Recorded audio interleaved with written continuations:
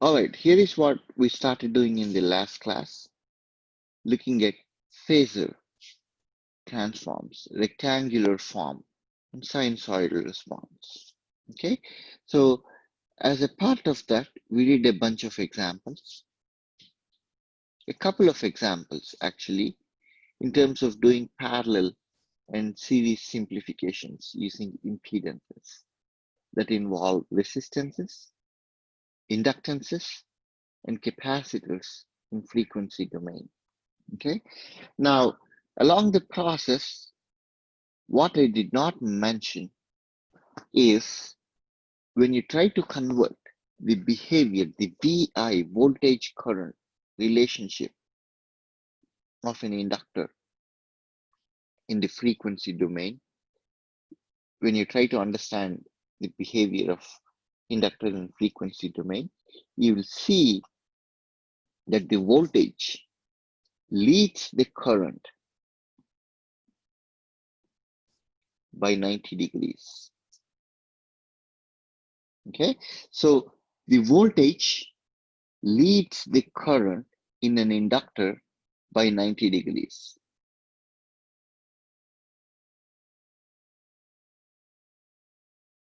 Okay, this is a very important conclusion, and then this characteristic of the inductor. Okay, similarly, if we scroll down all the way to the capacitor, you'll see that the capacitor, okay, the capacitor current leads the voltage by 90 degrees. I don't know if it's shown here, but the idea is current leads the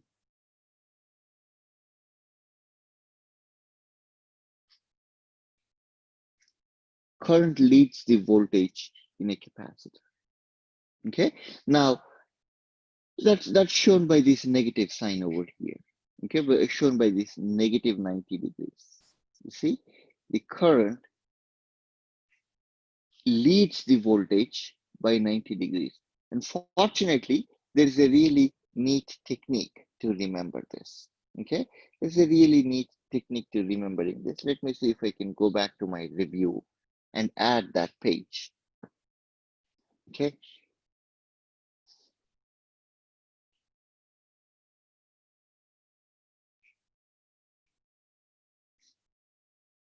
Okay.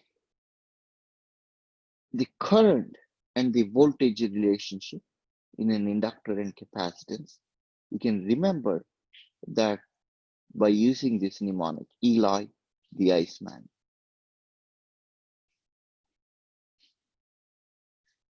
Okay, this should hint to you that E, which represents the voltage, leads the current, which is I, in inductor. L represents inductor, right?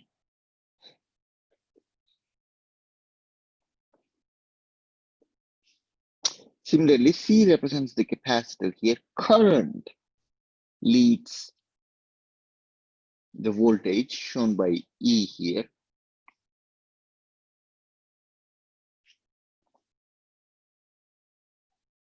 by 90 degrees. The same here as well. Leads the current by 90 degrees in inductor. Okay, current leads the voltage by 90 degrees in capacitor. Okay, that's the mnemonic that's going to be helpful to us. Okay, so this guy L represents inductor, and the relative position of E and I should tell you that E comes before I. Similarly, this guy, okay, capacitance in a capacitance shown by C, okay,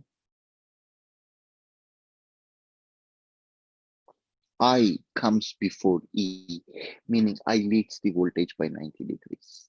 Okay, this is what we did in the last class. Furthermore, We did some example problems. What example problems did we specifically do? How to convert R, L, and C into frequency domain. That's one thing we looked at. We also saw how to do series and parallel simplification of circuits that involve resistance, inductance, and capacitance in frequency domain. Okay, so the first example that we saw was to construct the frequency domain equivalent of this circuit. Okay, then we had to transform from time domain to from phasor to rectangular, back and forth in any which way that the circuit demanded, that the problem demanded. Okay, we also went about finding the individual branch currents.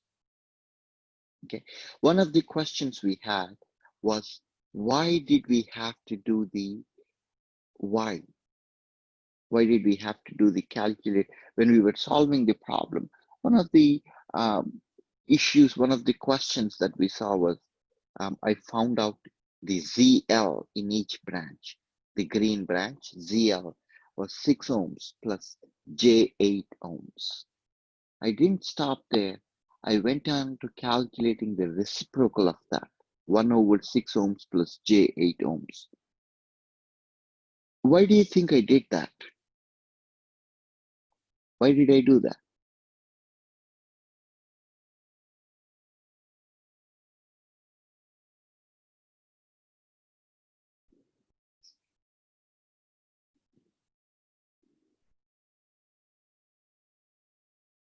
Why do you think I did the reciprocal of resistance and called it admittance?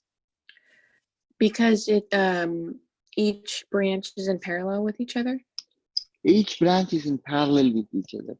Remember, in parallel, you have to do the math that involves the reciprocal, adding the reciprocal of numbers. So if you wanted to find the R1 in parallel with R2 in parallel with R3, you have to really do 1 over R1 plus 1 over R2 plus 1 over R3, the whole inverse. That's the R equivalent, the equivalent resistances of 3 resistances in parallel. So in order to help me with this math, I just had to find the value of these reciprocals, call them Y1, Y2, Y3, and add them. So it's only for convenience of math that I did the individual reciprocals. Does that make sense? Yes. So it's only for mathematical convenience that I did that. Okay. Now, so we went on to finding the individual branch currents and all the quantities that we were expected to find in this problem. Then we went on to doing another example problem.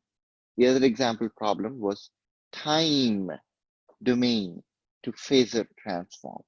Okay, time domain to phasor transform, and we know how to do that. We know how all of that works. Okay, the bottom line is that there is a really precise manner in which we go from time domain to phasor.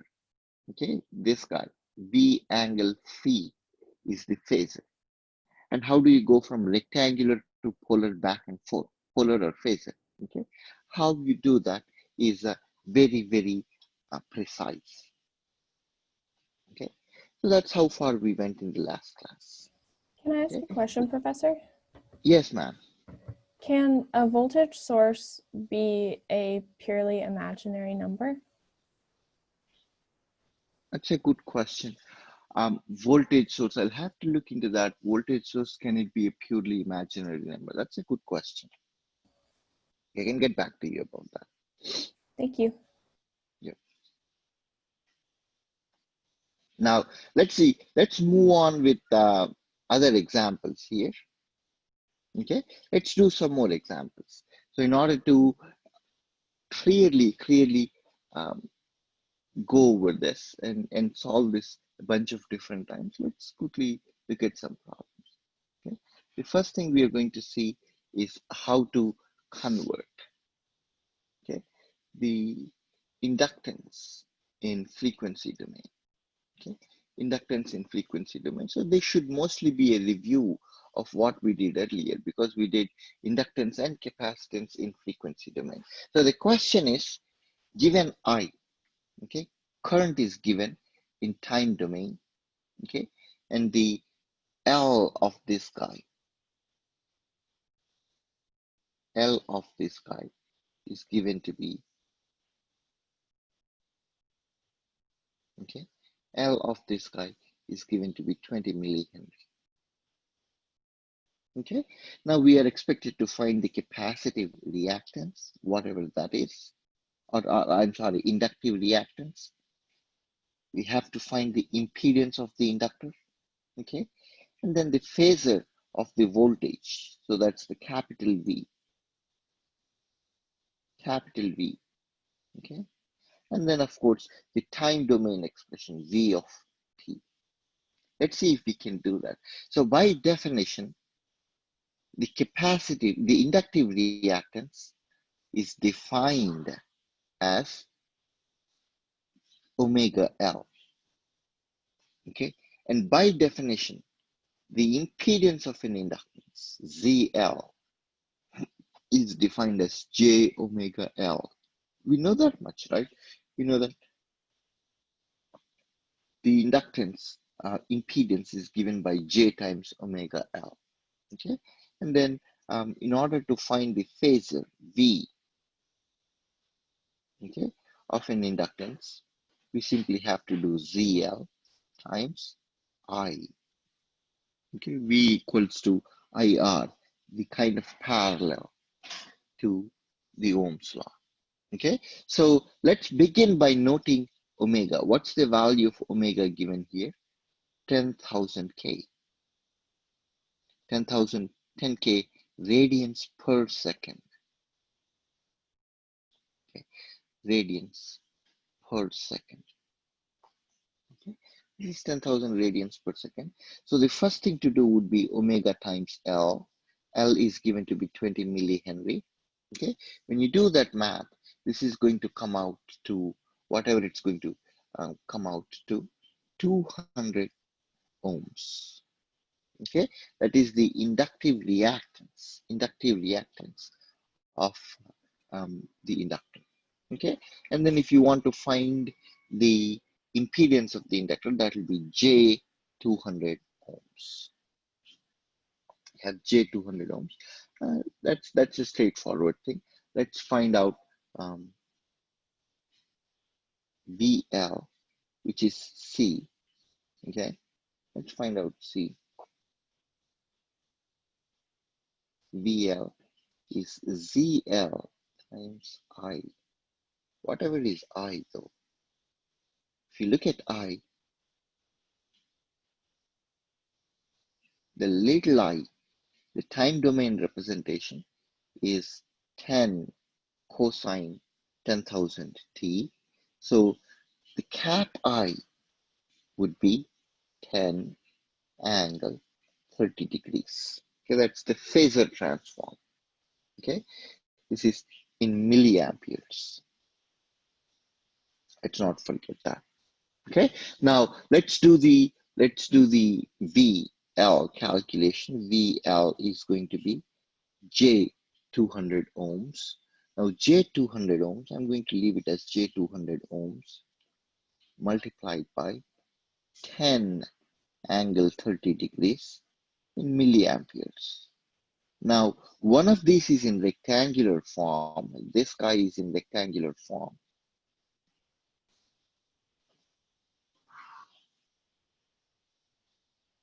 And this guy is in polar form.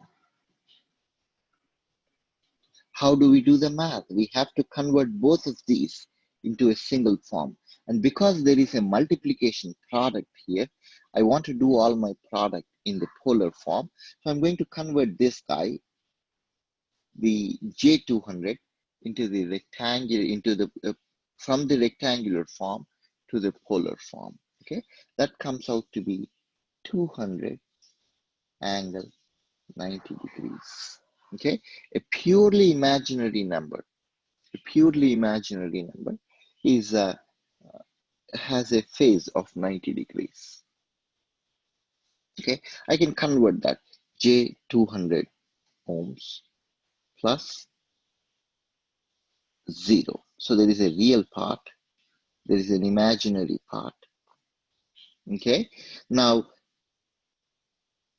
the A or the magnitude is going to be real part squared plus 200 imaginary part squared, which will give me that 200 over there. Okay, and then phi of the angle is arctan, tan inverse of real part over the imaginary part, which will give me infinity. So the phi value is going to be tan inverse of infinity, which is 90 degrees. Okay, so that's the idea. But I don't even have to do the math. When I just see a purely imaginary number, I know that the phase is going to be 90 degrees and the magnitude is going to be 200, the magnitude of the J. Okay, so if you wanted to ever do the math, that's how you do that. So this is, all of this is ZL times I value was, remember, 10 milliamperes, angle 30 degrees. So now it's easy to do the math in product in Phasor form. All you have to do is multiply them, 2000 milli, so which is going to be 2, angle 120 degrees. Okay, so this is the Phasor form of the voltage VL. So this is what we wanted to find. VL equals to 2 angle 120 degrees. That's the problem you wanted to find in C. Okay, part C. Let's go back.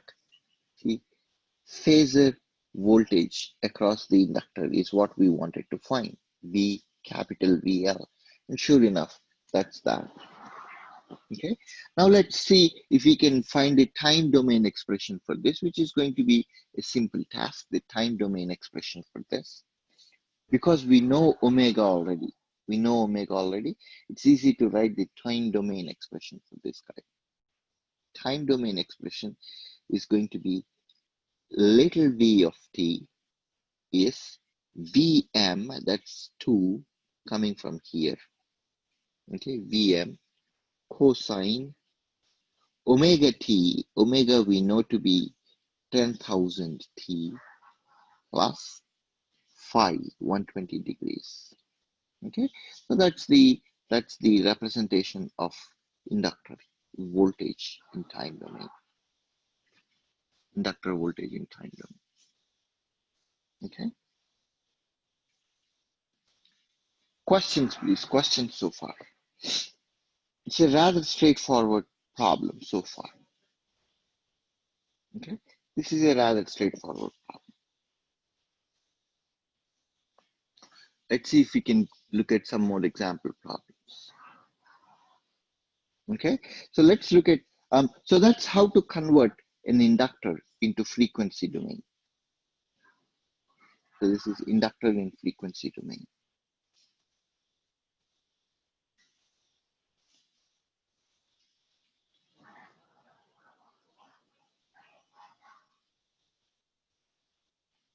Okay, inductor in frequency domain. We'll come back to talking about capacitance in frequency domain as well. Okay, so we're doing a bunch of different examples, converting from time domain to polar form, polar to rectangular, rectangular to vice versa, so on and so forth. So as a process, as a part of that, let's see how to convert from phasor to time domain. Let's look at some examples of converting phasor to time domain. Let's start with a very simple one right here.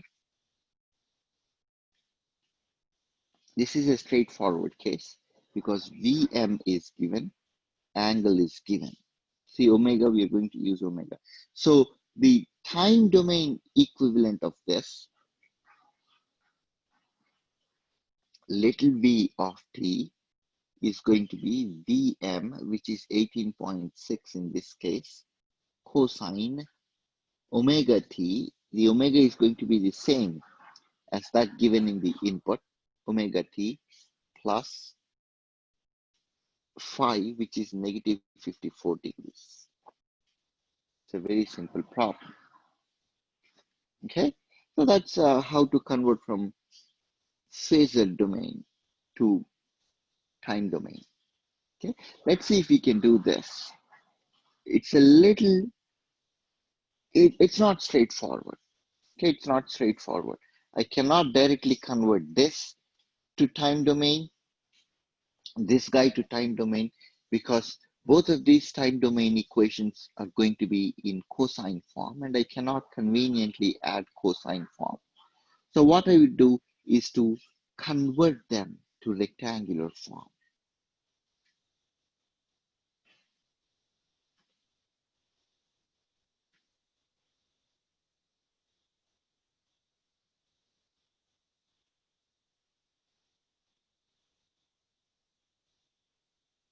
Okay, we begin by converting to rectangular form where it is much convenient to do the addition and subtraction operation.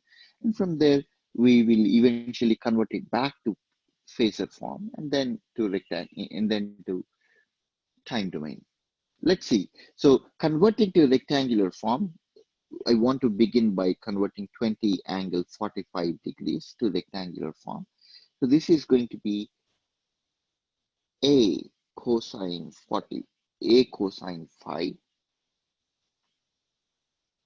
plus J A sine phi, where A is this guy, phi is 45 degrees. Okay, now I can write the equivalent of this guy, 20 angle 45, to be 20 cosine 45 plus J 20 sine 45 degrees. Okay, one quick thing that you can remember is when the phase angle is 45, okay, when the phase angle is 45, the real part and imaginary parts are going to be equal. Okay, the real part and the imaginary part are going to be equal. So this is the result of this guy, the one on the left. Okay, but we still have to take care of this guy, minus 50 angle negative 30 degrees. Okay, I still have to convert this guy, which is going to be A cosine phi plus J sine phi, where A is 50 here and phi is negative 30 degrees. So once I convert this to time domain, I'm going to see this negative sign come through. Okay, 50 cosine angle negative 30, cosine of negative 30 is cosine of 30, plus J 50 sine negative 30. Okay, once you do that, you're going to be left with, if you do, if you solve this guy and this guy, okay, and then add the real parts and imaginary parts separately, take into account this subtraction, you're going to see something that looks like negative 29.16 plus J 39.12. Okay, you're going to see something like that. So this is the time domain equivalent. This is the rectangular equivalent of this guy. Now what I can do is, let me see if I can convert this to polar form. So this is in rectangular form, right?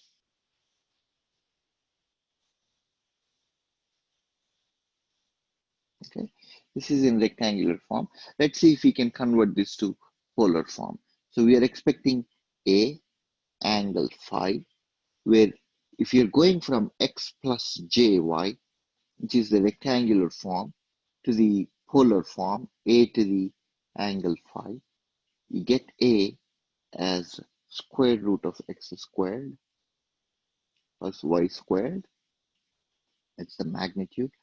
Phi is tan inverse real part over the imaginary part. The tan inverse of real part over the imaginary part. Okay. Just give me a second.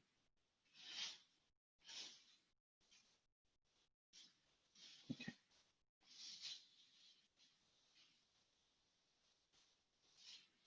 Let's see if we can go back up.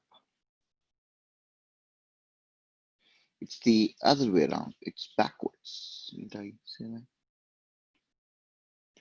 Okay. It's the imaginary part over the real part. Sorry about that.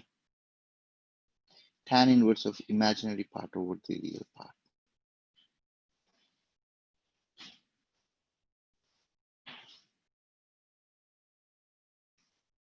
Okay. Tan inverse of imaginary part over the real part. Okay. That is how you would go from rectangular form to Phasor form. Okay. Let's see. So we do have a rectangular form here. So finding magnitude is square root of negative 29.16 squared plus 39.12 squared, and phi is going to be tan inverse, okay, tan inverse of imaginary part 39.12 over the real part, which is this guy, okay, which is negative 29.16. Okay. So now, if you try to solve this, if you try to plug this into your calculator, you'll see a number that looks like this. Okay. This guy, A is going to come out to be 48.81. And this guy is going to come out to be negative 53.32. Okay. So there is a problem that you have to be very, very careful about. The idea is, everybody with me so far? Yes. I have one question though. Yes. So back to when we were converting to the rectangular form. So I still get confused with signs. I still make little mistakes with the signs. And I just wanted to make sure, you said that cosine negative 30 degrees is equivalent to cosine 30 degrees. So if I was confused with the sign, I would get the same result if I just make sure to put in the negative 30 degrees. Yes, yes. Okay. This guy, right? Yes. Just because I still get confused with signs, and I just wanted to make sure. Yes, thank you for your due diligence. I should actually have written it as negative 30 degrees, but I made a simplification saying that cosine of negative 30 is cosine of 30. That's correct. Yeah, that's okay. I know they're equivalent now, so that's okay. Yeah, perfect. Okay, other questions, please. Okay, so one thing I have to pay attention to is the sign or the magnitude or the sign of the angle. Okay, I have to be very, very careful about the sign of the angle. Okay, you have to make sure that your angle appropriately captures the quadrant that you're in. I'll give you an example. Okay, so let's take a look.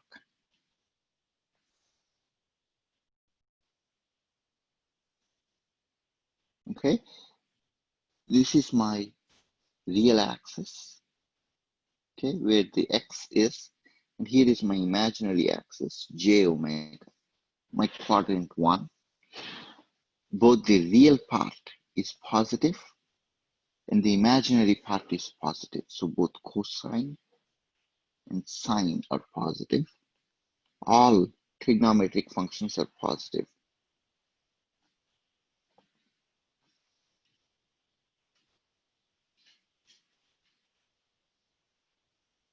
In the first quadrant, Let's look at the second quadrant. What's going on in the second quadrant? Okay, here, let me write it out here. The real part, positive. Imaginary part, positive. Okay, in the second quadrant though, the real part is towards the left of origin. So the real part, the x-axis, real part is negative. Imaginary part, what's going on with the imaginary part? That's positive because it is above the origin. The j omega axis is above the origin. So your angle should be in the second quadrant, okay, when your real part is negative and imaginary part is positive. Okay, let's look at the third case, the scenario where in the third quadrant, okay, third quadrant, the real part is negative because it's towards the left of the origin, and the imaginary part, which goes along the y-axis, that's below the origin, so the imaginary part is negative as well. Okay, and you want to make sure that your final answer somehow captures this information. Okay, here in the fourth quadrant, the real part, what's going on with the real part? It's positive. It's positive. And the imaginary part, what's going on with the imaginary part? The imaginary part is negative. The imaginary part is negative because it's below zero, below origin, right? So you want to make sure that your angles are actually accurately captured. Okay, put it in another way. If I have to put it in a different way, okay, take a look at this. Phi, let's say, I'll give you an example. Let me start with this, right? Negative 29, copy this. Okay, so this guy, let's say you're trying to plug in the calculator, the value, this guy. Okay, trying to calculate phi in this case. Okay, phi is going to be tan inverse. Okay, imaginary part 39.12 over the real part negative 29.16. That's just the equation above. Okay, and there's a reason why I rewrote this. How about this? Okay, how about this guy? If I were to convert this to plus and this guy to minus, okay, your calculator would not know the difference. You'd still plug in tan inverse negative 39.12 over 29.16. Okay, your calculator cannot see the difference between the numerator being positive and the denominator negative. That's the first case. And the second case, because both of these evaluate to be a single negative number. So if you rely on your calculator, that's not enough. So once you arrive at your final solution, so what your problem says is,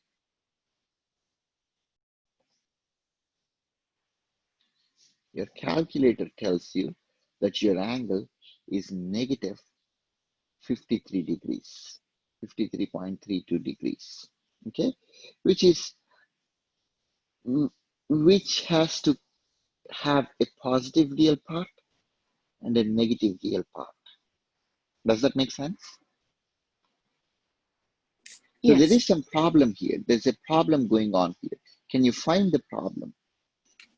The angle is actually in the second quadrant, but The angle we should can be, actually be in the second quadrant. Yeah. yes. So, sorry, go ahead. Finish it. Finish your thought. Oh, I was just going to say, but we could be confused that it's in the fourth quadrant. Correct.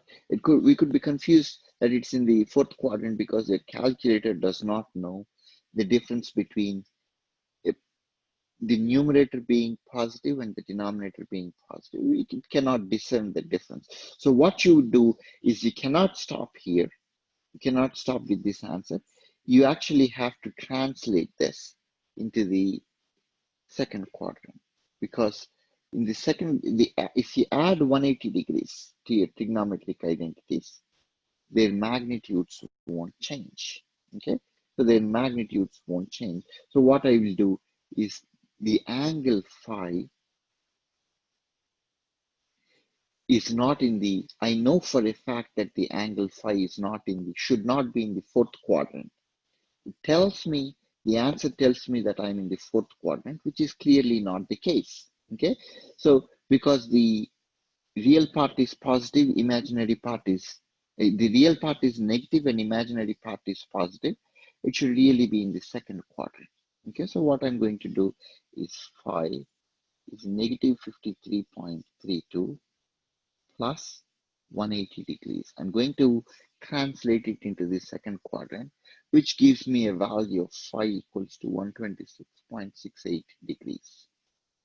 Okay, now I can represent this as 48.81 angle 126.68 degrees. And this is the representation of I in the polar, in the phasor form, I in the phasor form. But remember, I really wanted to find I little t. So what you would have to do is 48.81 cosine omega t plus 126.68 degrees. Okay, and that's your answer. That's what you're after. That's what you wanted to find. Okay, let's go back and see if that's indeed the case or not.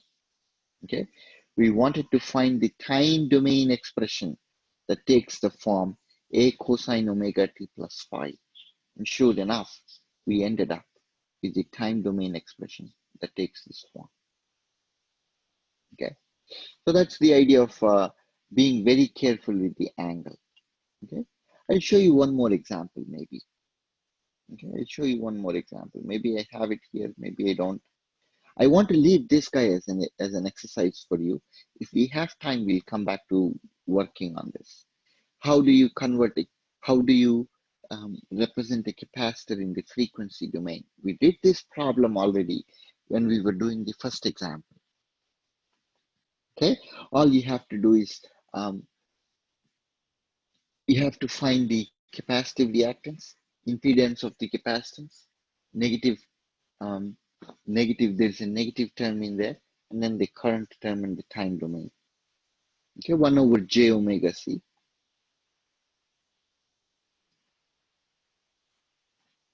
Negative j omega c will be, negative j by omega c will be your impedance of the capacitance. 1 over j omega c will be, so let me, why don't I write it out here, right? Like so. Leave it as an exercise for you. 1 over omega c is what you'll find for this. Negative j over omega c is what you find for the inductive capacitance. And then you'll have to find V equals to,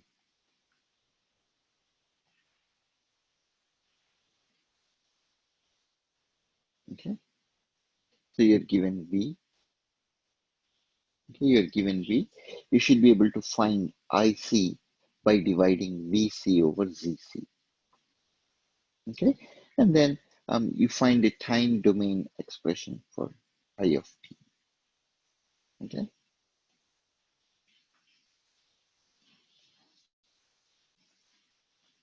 You find the time domain expression for I of t,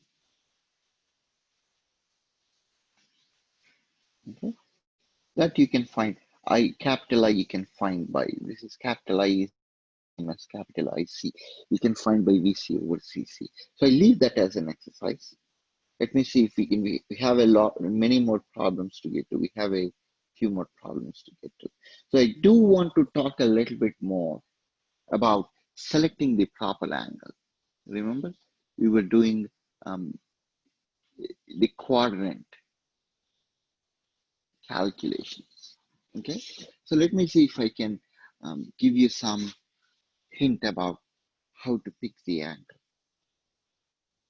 Okay, so in this problem, for example, I'm going to show you a scenario with two numbers will give you the same angle when you plug them into the calculator. So let's just simply try to solve, convert this rectangular form to polar form.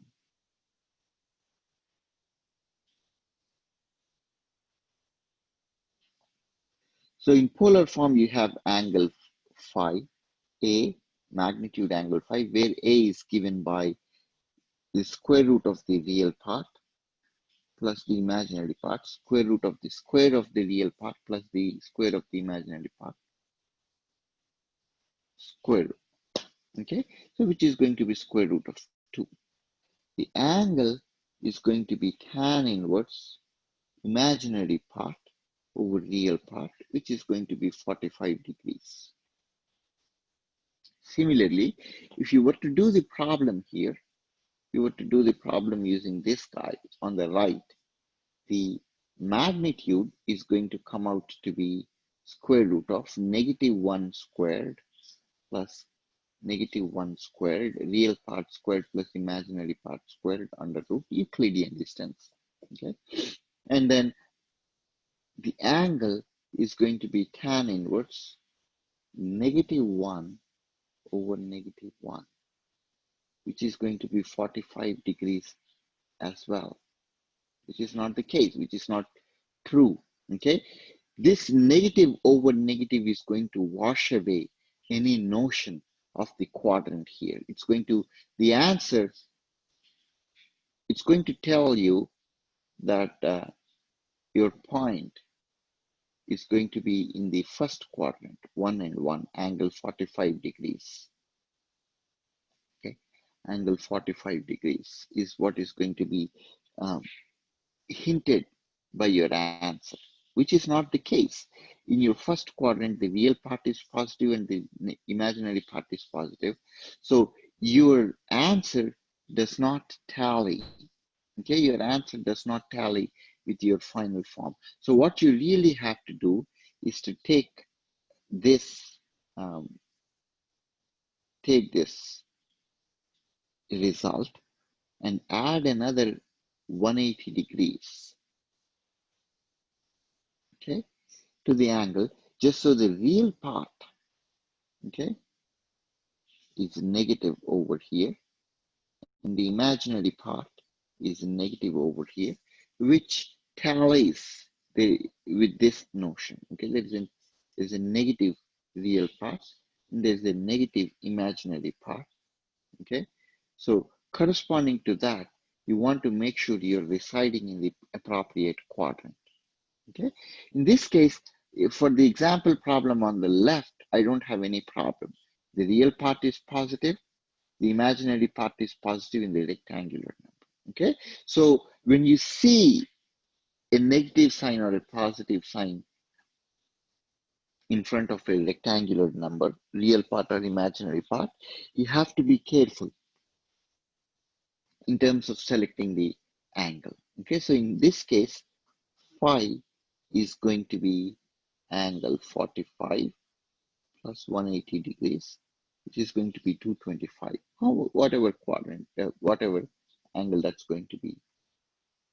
Okay, so the one on the left comes out to be square root of 2 angle 45 degrees, while the one on the right, okay, while the one on the right comes out to be square root of 2 angle 225 degrees.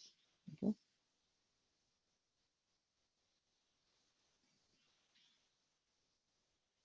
Okay, so that's another example. And this you have to be careful when you're going from rectangular form to polar form, because your calculator cannot really tell the difference between these two quantities. Tan inverse of 1 by 1 appears exactly same as tan inverse of -1 by -1 as far as your calculator is concerned. Okay, it does not know the difference. The negative signs in the numerator and denominator wash away. and you don't want to let that happen. Okay, let's see what else I got for you.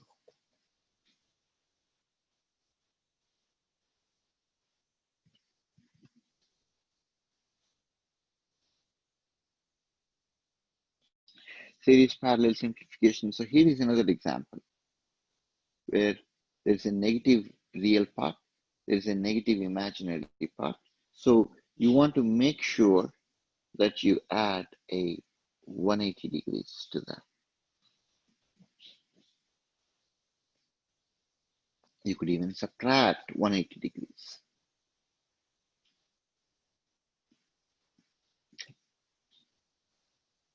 All right.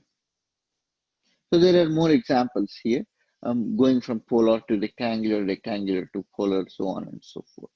Okay. Let's see if we can move further. If we can move further and do a bit more involved math here. Let's see if we can do another example problem number 7, to find the Thevenin's equivalent of this circuit. Questions, please. Questions so far. So all the circuit analysis techniques that we saw in chapter 4 can be applied in frequency domain as well. And as a demonstration of that, I'm going to try to solve the Thevenin's equivalent of this guy. Remember, what were the steps in finding the Thevenin's equivalent? One step was to find the open circuit voltage. So what is the Thevenin's voltage? What is the open circuit voltage across this guy? Okay. Then we wanted to find the, then we have to find the RTH, the Thevenin voltage, or the Thevenin's equivalent resistance, RTH. Once we have a VTH and we have an RTH, we can represent this guy as VTH in series with RTH. Okay, that will be your Thevenin's equivalent. So in this case, in case of frequency domain, we simply have Vth and Zth, which is the frequency domain equivalent of your resistor. Okay, all right. So let's see if we can um, start by making some observations here. Let me pick a very thick. So the first thing I'm going to do is to annotate some nodes over here. So this one, I'm going to call it as V1. Okay, and this node right here, I'm going to call this as V2, node V2. Okay,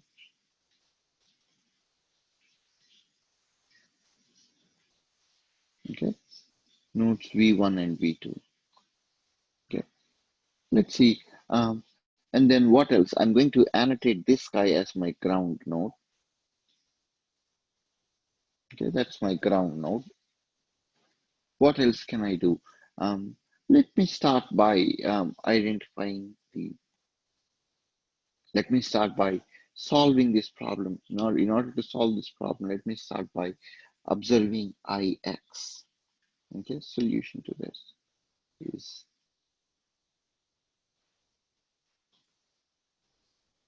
okay, let me start by finding out the an expression that represents Ix. The current Ix is the voltage V1 over 20 ohms. Okay, that's the first observation I can right away make. Ix, the current flowing in this 20 ohm resistance, is simply the voltage V1 over the resistance. Okay, now I'm going to apply KCL. The next step is to apply KCL at node V1. Okay, KCL.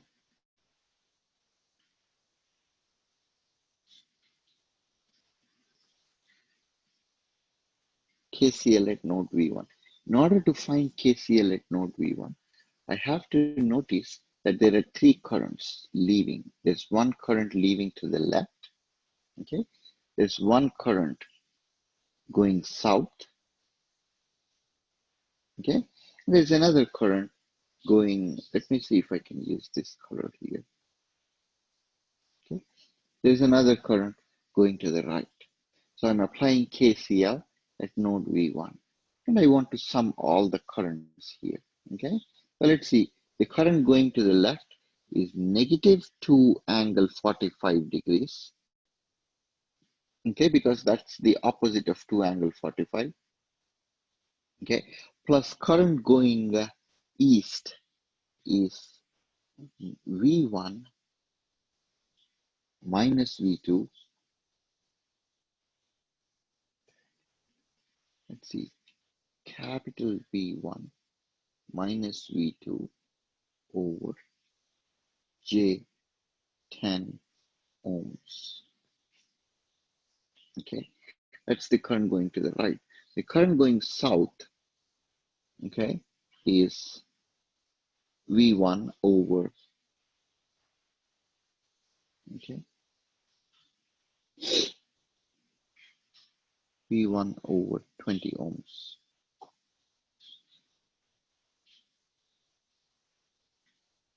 All of that equals to 0, okay? All of that equals to 0. Now I can plug in V2 equals to 10 times Ix, okay? Now, let's see. Think about it. The voltage V2, okay? The voltage that's V2 over here is given by this constraint dependent current source 10 times Ix. So let's not forget this equation here. V2, the voltage at node V2 is given by this dependent voltage source 10 times Ix. Okay, 10 times Ix. And I can plug this in 10 times Ix into the equation there. Okay, I can plug it into the equation over there. What else? Let's see. Let's see what we can do. Okay, moving further from here. Now, what we want to notice, okay, so here is what I'm going to make that change as. So -2 angle 45 degrees coming straight through plus V1 minus, in place of V2, I'm simply going to write 10 Ix because that is what this equation tells me. I can replace V2 with 10 times Ix over J10 ohms plus V1 over 20 ohms. All of that equals to 0. Okay, I'm going to call this as equation 1. I'm simply solving this circuit to see if I can find the Thevenin's equivalent of this. Okay, finding the Thevenin's equivalent of this circuit. So let me see what else I need to do. What I want to notice is the Vthevenin. So let me show that using the purple color here. Vthevenin, the voltage across these two nodes. Okay, the voltage across these two nodes. If you think about it, okay, Vthevenin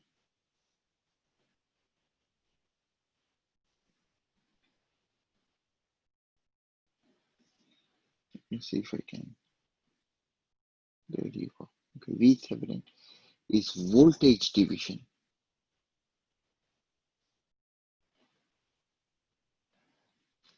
between the 10 ohm resistance and negative J10 ohm capacitive impedance. So this voltage V2 is divided between the resistance here and the capacitance here. It's a voltage division. So that's an observation I'm going to have to make. Okay, so based on that observation, I can write Vth. Okay, so the observation is that the voltage that is applied across this guy is divided. It's a voltage division between the 10 ohm resistance on the top and then the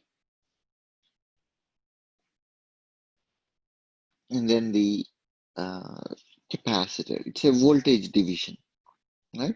So in order to accommodate that voltage division, I simply have to summon the formula.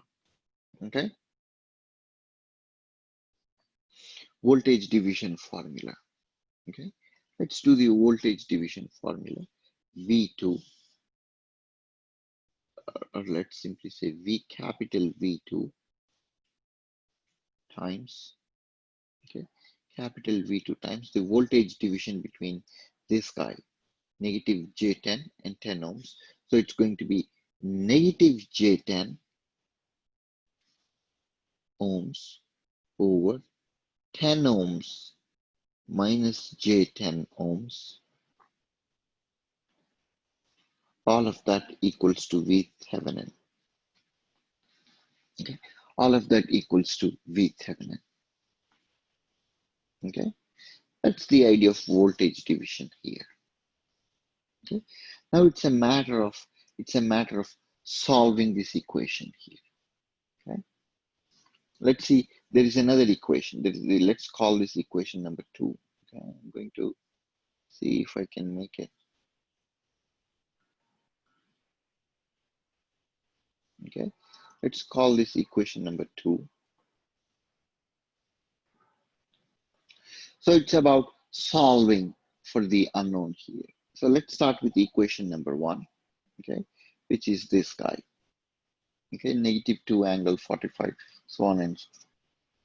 So I'm going to rearrange this equation. The equation shown in cyan, V1 over 20 ohms, okay, plus V1 negative 10 Ix. I'm going to replace it with something and leave the rest as is, 10 ohms. Okay, this Ix, I'm going to replace it with something. What is that something I'm going to replace it with? Is this guy. Okay, Ix is V1 over 20 ohms. So let me see if I can plug that in. V1 over 20 ohms. Okay, V1 over 20 ohms. All of that equals to 2 angle 45 degrees. Okay, now I can rearrange this, factor out V1 from this, 1 over 20 ohms plus 1 over J10 ohms, okay, negative 1 over J20 ohms. All of that equals to 2 angle 45 degrees. Okay, 2 angle 45 degrees. Okay, now I can further simplify this. Okay, I can further simplify this to to appear something like this. V1 angle 1 over 20 plus 1 over J20. All of that equals to 2 angle 45 degrees. So this is 45. So it's just a matter of numerical solution. Now I'm just going through the steps just so we see all the different conversions that we need to make. Okay, now I can factor out V1 and do a bunch of math and then make it seem like V1 over 20. I factored out. I'm going to be left with 1 plus 1 over J. So this 1 over J, I'm going to write it as negative J. Okay, negative J1. Okay, so if I factor out 20 right here, that's what I did. I'm going to be left with 1 over 1 plus 1 over j, right? 1 over j is nothing but negative j. That's the identity I'm using here, negative j, okay, equals to 2 angle 45 degrees, okay? Now, let's see, V1 over 20 equals to 2 angle 45 over 1 minus j1. See what I have done? I have manipulated my equations such that I have a numerator and a denominator. The numerator is in polar form, the denominator is in the rectangular form, and I'm interested in a division operation, so I better convert the rectangular form into a polar form. Okay, so what I'm going to do is to V over 20 equals to, I'm going to leave the numerator as is in the polar form and convert this guy to rectangular form. So the denominator is going to come out to be 1 over square root of 1 squared plus negative 1 squared under root times tan inverse imaginary part over the real part. Okay, so V over 20 is going to be 2 angle 45 degrees over square root of 2. This negative 45 degrees, negative 45 degrees.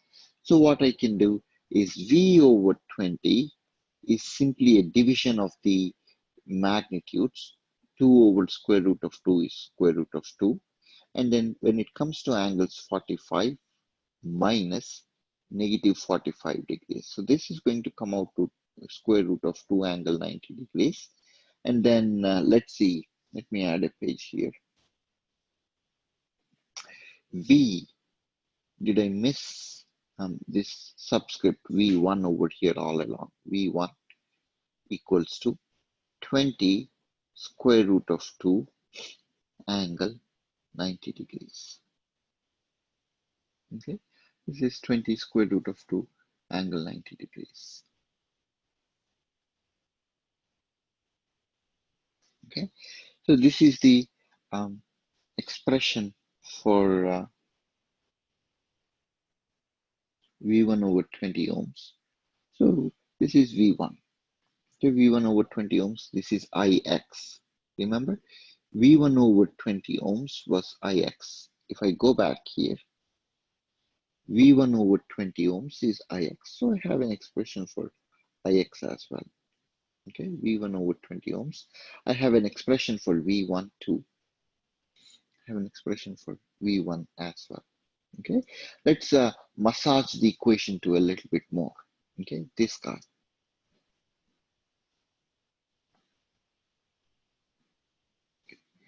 Let's massage this equation a little bit more. Okay, let's see if we can plug this in here. Okay, now Vth is given to be negative J10 over 10 minus J10 times V2. I'm going to replace this V2 with something. Okay, I'm going to replace this V2 with 10 times Ix. Okay, I'm going to replace it with 10 times Ix. Why do I want to do that? Because I already know an expression for a value for Ix. So this is 10 Ix, right? So if I'm going to replace this unknown V2 with a known Ix, okay, because 10 times Ix is the constraint equation. And I know a value for Ix. So let's see if we can convert this. Vth equals to negative J10 over, what's this guy? The negative J10, let's convert this negative J10 to angle. So this is going to be negative J10 is 10 angle negative 90 degrees. Okay? And this guy, the one in the denominator, is going to be square root of 10 squared plus 10 squared or negative 10 squared. Okay, so let me clearly write it out rather than. So the numerator is going to be 0 squared, real part squared, plus imaginary part squared under root tan inverse imaginary part over the real part, which is going to come out to be infinity, negative 90 degrees, negative infinity. The denominator is going to be square root of 10 squared plus negative 10 squared under root, okay, plus into tan inverse negative imaginary part, which is 10, over the real part, which is 10. The imaginary part is negative 10, okay, times 10 times ix. And I'm going to leave ix as, or you can plug that in. Why don't I make some room here, okay? 10 times ix, I'm going to plug it in as square root of 2 times angle 90 degrees, okay? Square root of 2 angle 90 degrees. Let's see. Let's see if we can simplify this. It's just a matter of being conversant in this polar form. Vth equals to 10 angle negative 90 degrees by square root of 2, 10. So 10 squared plus 10 squared. Tan inverse negative 45 degrees. That's the denominator. Negative 45 degrees. Okay. Let's see if I can. Negative 45 degrees times 10 square root of 2 angle 90 degrees. Okay, a lot of simplifications happen here. Let's see, this 10 square root of 2, 10 square root of 2 go away. This guy cancel. Negative 90, positive 90 cancel because angles add page. Okay, so I'm going to be left with something that looks like this. Vth equals to 10 tan inverse negative, oops, this tan inverse negative 45 degrees. I should really have said this is angle negative 45 degrees. So this is going to be angle positive 45 degrees. That's going to be your Thevenin's equivalent. Okay, so all I have done is to set up equations. The process is still the same. Let me go back and review. The process is still the same. The first equation I obtained by using KCL.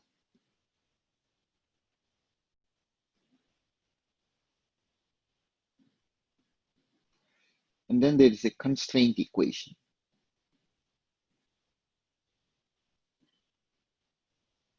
Okay, there's a constraint equation. That's not the constraint equation, rather. The constraint equation is this guy, remember? The 10ix is V2. So this guy.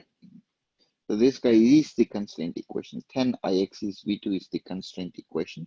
So I plugged in the constraint equation and the KCL and then solved for Vth, which is the voltage division between 10 ohms and negative 10 ohms. By using a voltage division of V2 between 10 and negative 10, I can simply solve for Vth. Okay, so Vth, therefore, this guy came out to be 10 angle 45 degrees. Okay, 10 angle 45 degrees. Okay, so now as we are solving the problem, somewhere in here, okay, we encountered a voltage source that has a 90 degrees angle, just the imaginary part. Okay, no real part there. Cosine 90 degrees. So it is possible to have voltage sources that have just no reason as to why not. No reason to not have them. Okay, um, it's a voltage source with a purely imaginary part. There's no real part associated with it. Okay, now let's see. Vth equals to 10 angle 45. That's something we found. Now the next part that we have to find is Rth. Okay, if we go back, so like I mentioned, if we don't preserve our intuition and our big picture idea, it's easy to get lost in these numbers. We really want to make a concerted effort to make sure that we remember the remember to have the big picture in mind. Apply KCL, apply the constraint equation, and then massage the equations.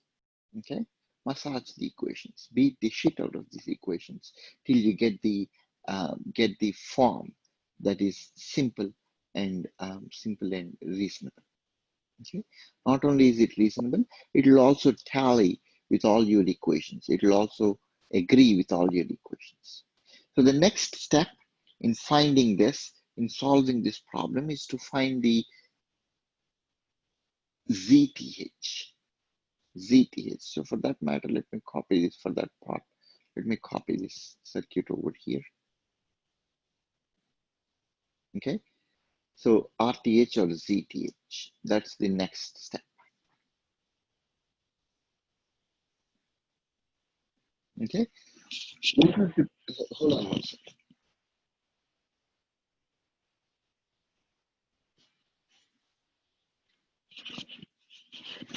Okay. Remember what's the problem to solve the Zth? What's the process to solve Zth? Yes, you need to apply a test current. Test voltage, test current. Okay. Yes. And anything else I need to do before that? Well, I What know do I you have? have to apply the test voltage, and then find the current, Yes. and then deactivate the independent sources. Thank you. Deactivate the independent sources. So let's see, test voltage V test and look at I test. Okay. I have to do this V test, I test method because I have a dependent source. So before I apply the V test and I test, one thing I have to do is to deactivate. Okay. Open circuit, this guy. Deactivate the independent current source. That's what I have to do. Now it's a matter of T. Let me write it over here. Is it?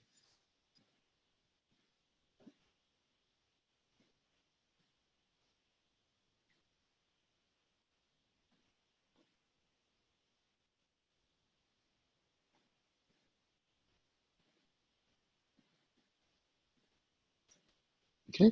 The independent current source that was supposed to be there has been deactivated.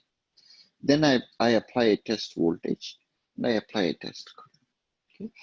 We activate the test voltage, test current method. And how do I go about solving this? Is this guy. Okay. Step one. Let's see.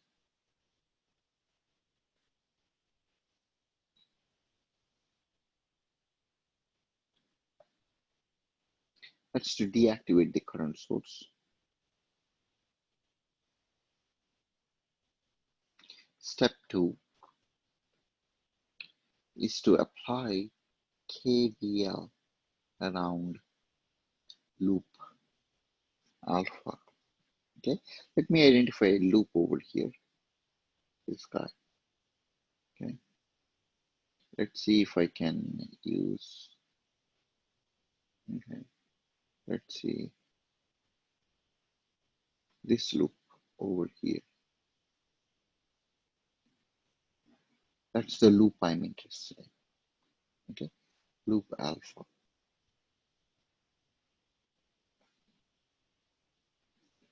Let's see if we can use some. That's the loop alpha I'm interested in. Okay, KCL around loop alpha. Okay, loop alpha. Okay, a little disoriented today. All right, so when we are looping around this guy, we have to start at the lower left corner and take a clockwise path.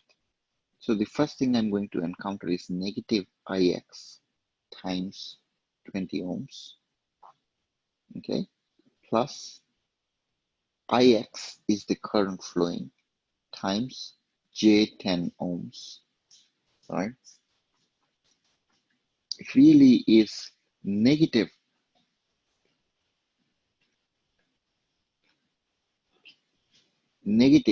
Ix over J10 ohms, because if you think about it, what is Ix? Ix is flowing in this direction, okay?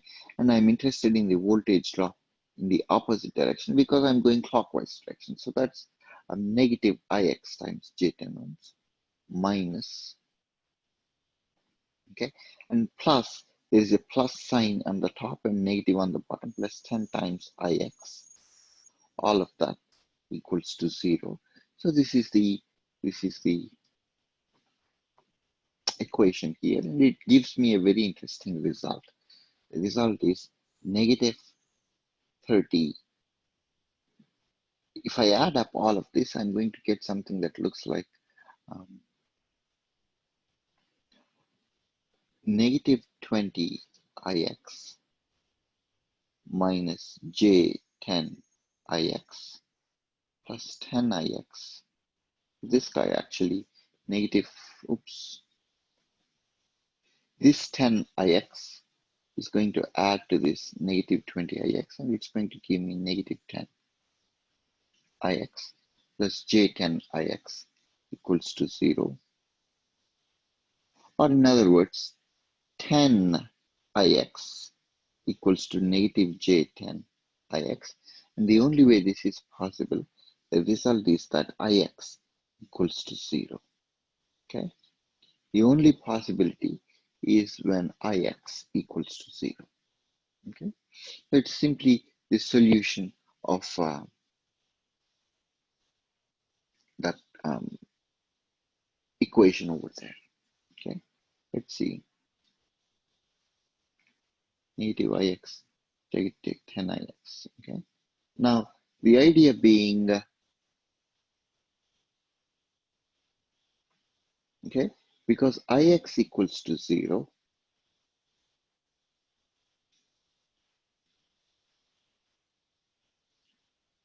that implies 10 times Ix equals to 0 as well. So the voltage source here, which is 10 times Ix, really comes out to be 0 volts. Okay, it comes out to be 0 volts. So now I can simplify this circuit. I can simplify this circuit, okay, to appear like so. Add a page here. Okay, I can simplify the circuit to appear like this is shorted out. So this is what I'm going to replace it with. So there is a, okay, there is this guy, okay, there is capacitance, negative J10 ohms, okay, there is my V test, there is my I test, okay. Remember, there is a 10 ohm resistance in here and another 10 ohm resistance and many other, but all of that is shorted through this 10 Ix voltage. So all of that is connected to ground. Okay, all of that is connected to ground. This is ground as well. Okay, so anything to the left does not matter to me because all of this is ground. Okay, all of this path is connected on one end to the ground and on the other end to the ground as well. Therefore, it's shorted out. Okay, it's as if it's not present in this circuit. Okay, so I can simply say that I have two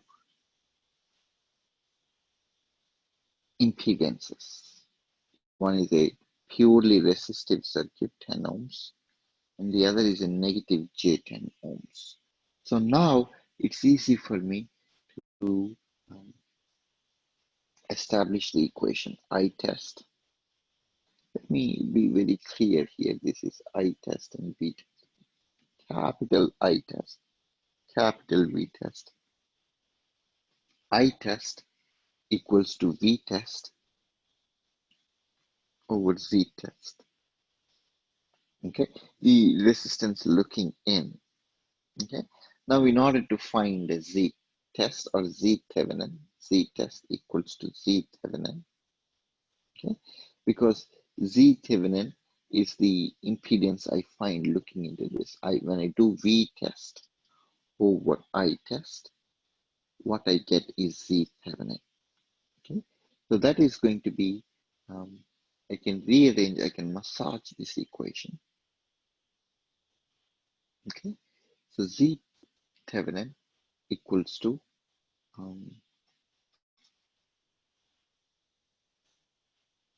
10 inverse. So what's the inverse of this Z Thevenin guy?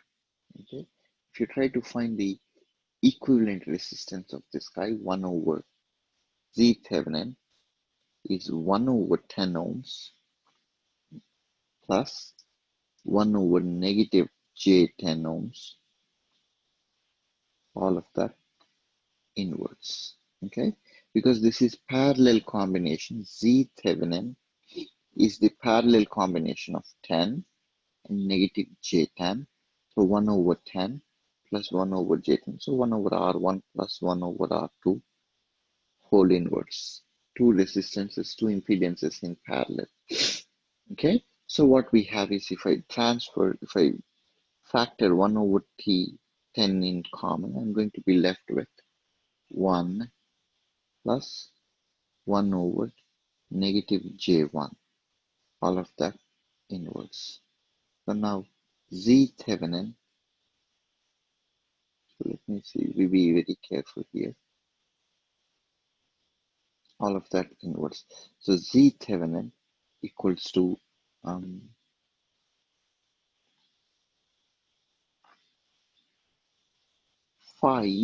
When you solve this, it's going to come out to be negative J5 ohms. Okay, Z Thevenin.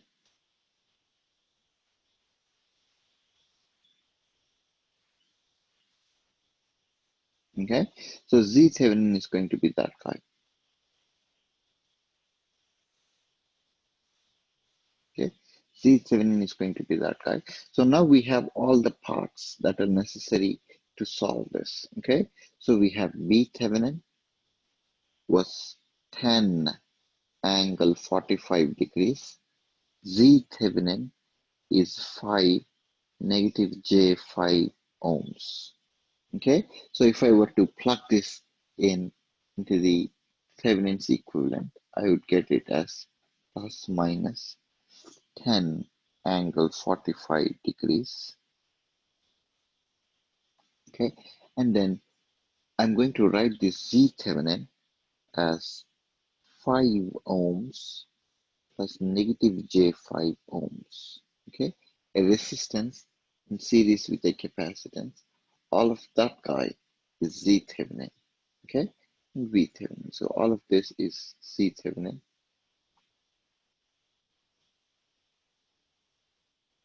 Okay, and this guy, the one, the voltage is V Thevenin.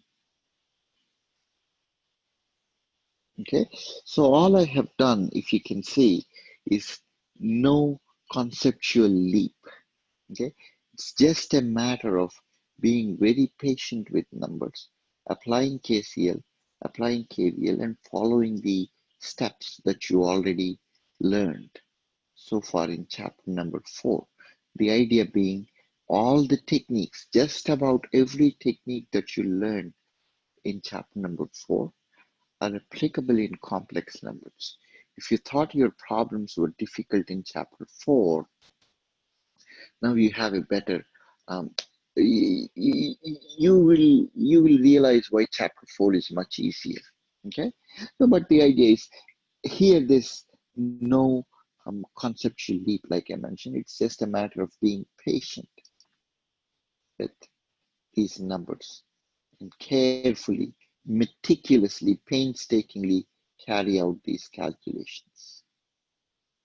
Questions, please.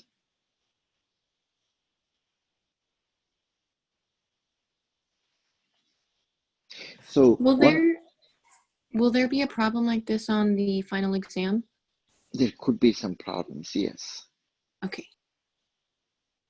So the final exam is for 2 hours, right? That's to accommodate the fact that there's all of these crappy calculations and equations that you have to set up and solve. That's number one. Number two, make sure you finish the extra credit course survey, which accounts for 1% of your final grade. That's a whole lot. It's a lot of your grade, just free. Okay, just do your course survey. Um, take a screenshot of the confirmation page, upload it to Moodle, and then just as easy as that, 2 minutes for 1 percentage point of your final calculated total, which is a big deal. Okay, let's see where we are. Let's see summer session syllabus 2. Okay, so today we are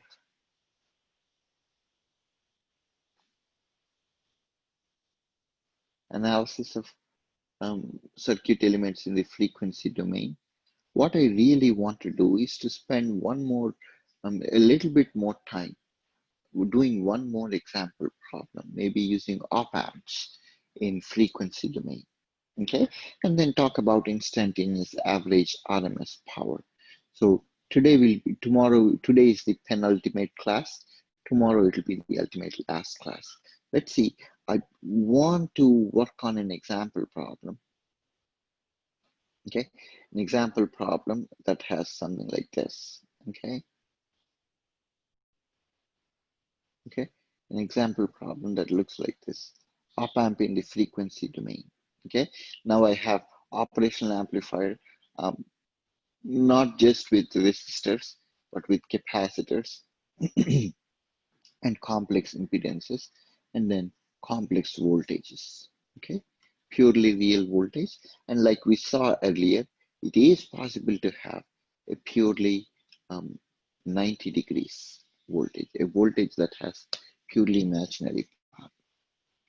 Okay, questions, please. Questions so far.